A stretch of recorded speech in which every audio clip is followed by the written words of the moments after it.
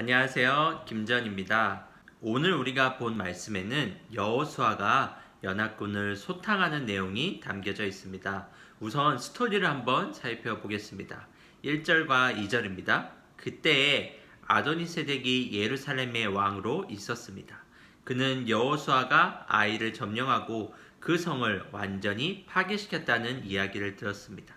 또 여호수아가 여리고 성과 그 왕에게 한 것과 같이 아이성과 그 왕에게도 똑같은 일을 했다는 이야기와 기브온 사람들이 이스라엘과 평화 조약을 맺고 그들과 함께 살고 있다는 이야기도 들었습니다.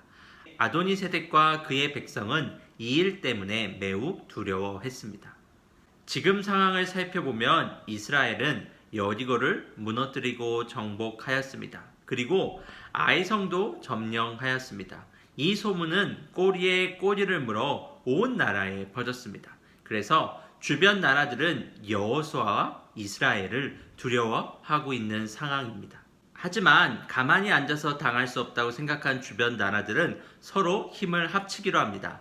아모리의 5나라가 힘을 합하여 연합군을 조직합니다. 그리고 가장 먼저 이스라엘과 평화협정을 맺고 이스라엘의 편에 선 기브온을 공격하기로 결정합니다. 기브온 사람들은 갑작스러운 연합군의 공격을 받게 됩니다. 그리고 자신의 힘으로는 도저히 맞설 수 없음을 느낀 기브온 사람들은 길갈에 있는 여호수아에게 급하게 도움을 청합니다. 당신들의 종인 우리를 빨리 구해주시오. 아모리 사람들이 모든 군대를 모아서 지금 우리를 공격하고 있어. 기브온이 공격당하고 있다는 소식을 들은 여호수아는 주저하지 않고 이스라엘의 군사 가운데 가장 용감한 군인들을 선출하여 곧바로 기브온으로 향합니다. 그리고 여호수아는 기브온을 돕기 위하여 떠나는 길목에서 하나님의 음성을 듣게 됩니다. 적군을 두려워하지 마라. 나는 내가 그들을 물리치게 해주겠다. 그들 중 너를 이길 사람은 아무도 없다. 기브온 사람들의 요청을 받고 급히 출동한 여호수아에게 하나님은 어떤 말씀을 하십니까? 두려워하지 마라. 내가 그들을 물리치게 해주겠다. 너를 이길 사람은 아무도 없다라는 말씀을 하십니다. 여호수아는 여리고를 점령했고 아이성도 정령했습니다. 하지만 이번에는 연합군을 상대해야 합니다. 우리가 읽은 쉬운 성경에는 잘 드러나 있지 않지만 개역 개정에 보면 아모리의 모든 왕들이 모여 자신을 치려고 준비하고 있다고 기록되어 있습니다.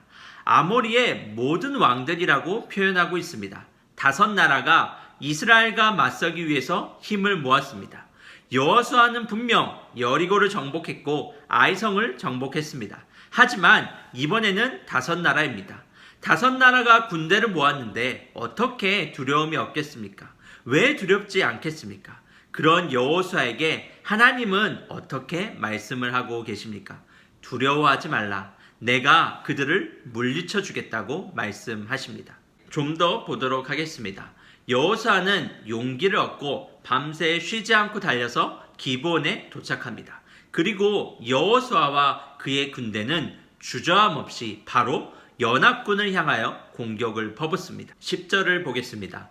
여호와께서 적군을 혼란스럽게 만들어 놓으셨으므로 이스라엘은 적군을 물리쳐 크게 이겼습니다. 여호수아는 기습적인 공격을 감행하여 연합군을 상대로 대승을 거두게 됩니다. 그런데 성경에 보면 하나님이 어떻게 이 싸움을 이끌고 계시는지가 기록되어 있습니다. 어떻게 기록되어 있습니까, 여러분?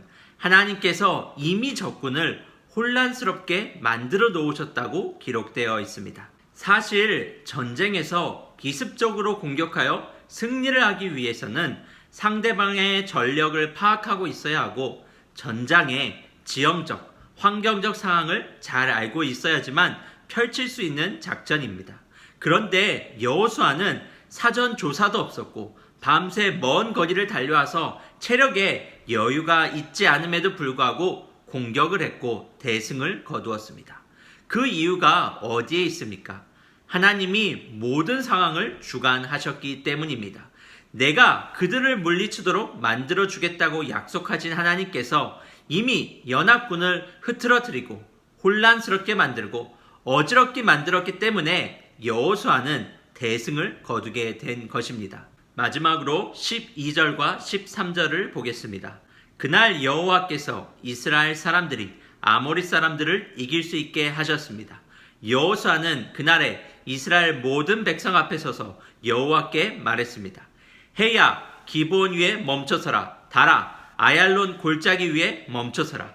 그러자 해가 멈춰섰고 달도 이스라엘 백성이 적을 물리칠 때까지 멈춰섰습니다. 여호수아에게 대패한 연합군은 살기 위하여 아얄론 골짜기까지 정신없이 도망을 칩니다. 여호수아는 이들을 완전히 소탕하기 위해서 끝까지 쫓아갑니다.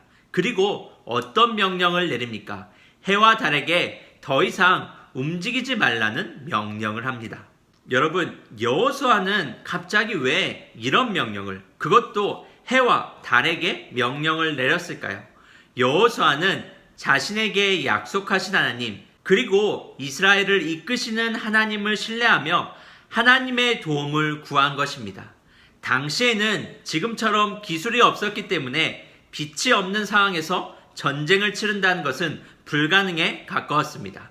하지만 여호수아는 지금이 아니면 이들을 다 소탕할 수 없다는 판단을 내렸고 자신을 도우시는 하나님에 대한 믿음을 가지고 해와 달에게 명령을 내린 겁니다.